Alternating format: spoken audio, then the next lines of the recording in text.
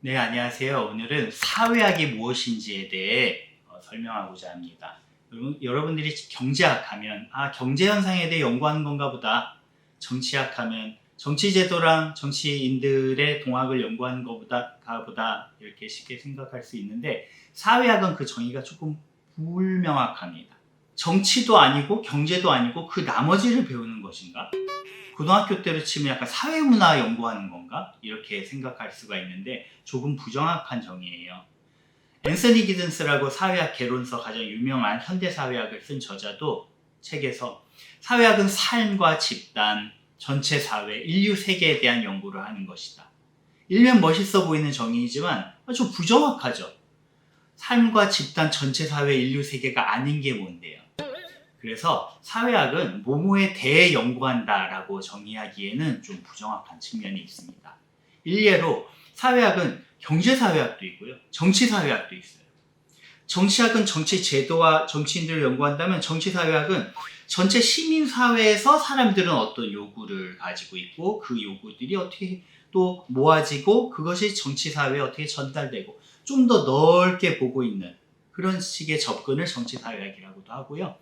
스포츠 사회학도 있고 문화사회학도 있고 미디어 사회학도 있고 많은 연구 대상에 대해 사회학이라는 말이 붙는 경우가 많습니다. 그래서 사회학은 뭐뭐에 대한 연구다라고 정의하기보다는 어떻게 연구하는 것이다, 이 관점을 가지고 정의하는 것이 좀 더 정확한 정의라고 할 수 있어요. 여러분들이 영화를 많이 보신다면 부감적 시선이라고 있어요.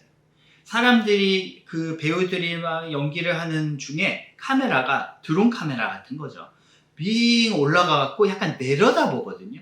아주 높이 내려다 볼 수도 있고 적당히 이제 올라가갖고 사람들의 이런 상호작용을 이렇게 내려다보는 그런 시선을 이야기하죠.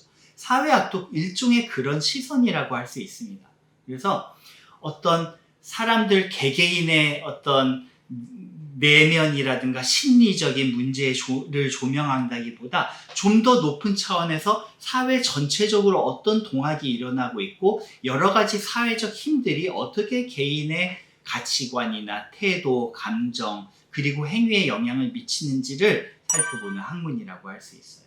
에밀 드류켐이라고 3대 고전 사회학자 중 한 명으로 일컬어지는 인물인데요. 이 사람이 이제 프랑스 근대 사회에서 사람들이 왜 자살을 하는가?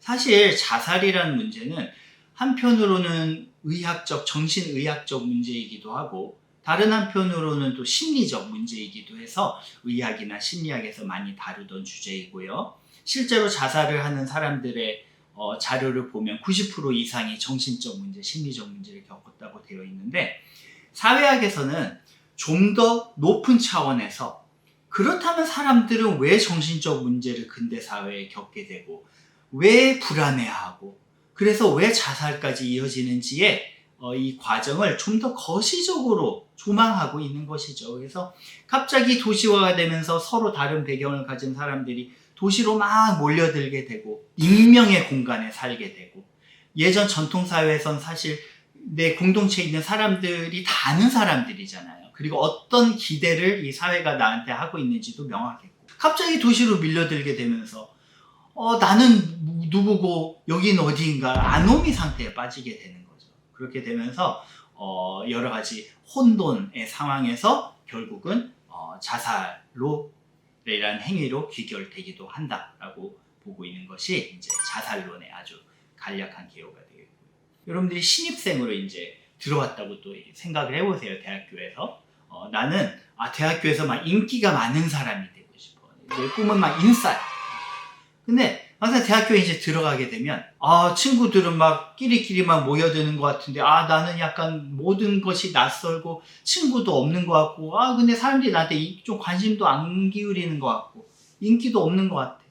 이런 것에 대해서 개인적으로 나는 왜 그럴까 이렇게 고민을 하는 것이 아니라, 사회학이라는 것은 조금 더 구감적 시선에서 누가 인기를 얻고 있고 누가 인기를 얻고 있지 않은가, 인기를 얻는 사람들은 어떤 요인들을 가지고 있었는가, 혹시 나랑은 다른 지역사회에서 흘려들어간 사람은 아닌가, 나만 사투리를 쓰고 있고 그들은 다 또 서울말을 쓰고 있는 건 아닌가, 패션 감각도 내가 선택을 해서 옷을 입는다고 생각하지만 여러 계급적 요인들도 있고요. 이 감각이라는 것도 사회적으로 만들어지는 것입니다. 또 언니 오빠가 있으면 좀 더 감각들이 좀 일찍 깨어나는 그런 그 기폭제가 되기도 하죠. 그래서 그런 거시적 시각에서 누가 인기를 얻고 누가 관심을 끌고 다수의 사람들은 왜 관심을 얻지 않는지의 동학을 분석하는 것. 그것이 사회학적인 관점이자 연구라고 할 수 있겠습니다. 사회학을 잘 하려면 나의 너무 가치이기보다는 나랑 사회에 좀 거리를 둬서 사회적 시선에서 우리 사회의 동학을 바라볼 필요가 있어요. 천동설, 지동설 들어봤잖아요. 그걸 코페르니쿠스적 전회라고 해가지고 지구를 중심으로 모든 게 도는 줄 알았는데 생각을 다르게 먹고 보니까 태양을 중심으로 모든 게 돌고 있었구나. 나라는 지구도 태양을 중심으로 그냥 돌고 있던 행성의 하나구나 라는 깨달음인데요. 사회학을 하는 데 있어서도 이런 관점이 중요합니다. 사회는 그 나름의 중력과 나름의 동학으로 움직이고 있거든요. 그것을 먼저 파악하려면 나를 조금 비우고 사회를 오롯이 바라볼 필요가 있습니다. 끝으로 사회학은 그러면 어떤 장단점을 가지고 있는가? 장점은 어떤 분야에 가서도 나름의 시각을 가지고 발견과 어떤 연구 결과를 내놓을 수 있다는 장점을 가지고 있고요. 그래서 나만의 어떤 고유한 시각을 만들어내는 데 있어서는 사회학의 큰 강점이 있고요. 다소의 약점이라면 명확한 전문 분야가 없어요. 이 영상의 서두에서 말씀드렸듯이 연구 대상이 명확하지 않기 때문에 어떤 전문적인 식견을 가지기 위해서는 내 분야를 만들고서는 사회학과 그 분야의 융합, 사회학과 그 전공의 복수 전공을 하는 것이 유리한 그런 어떤 성격을 가진 학문이라고 할 수 있겠습니다. 이상 사회학이 무엇인지, 사회학의 장단점이 무엇인지에 대해서 짧게 영상으로 찍어봤습니다. 감사합니다.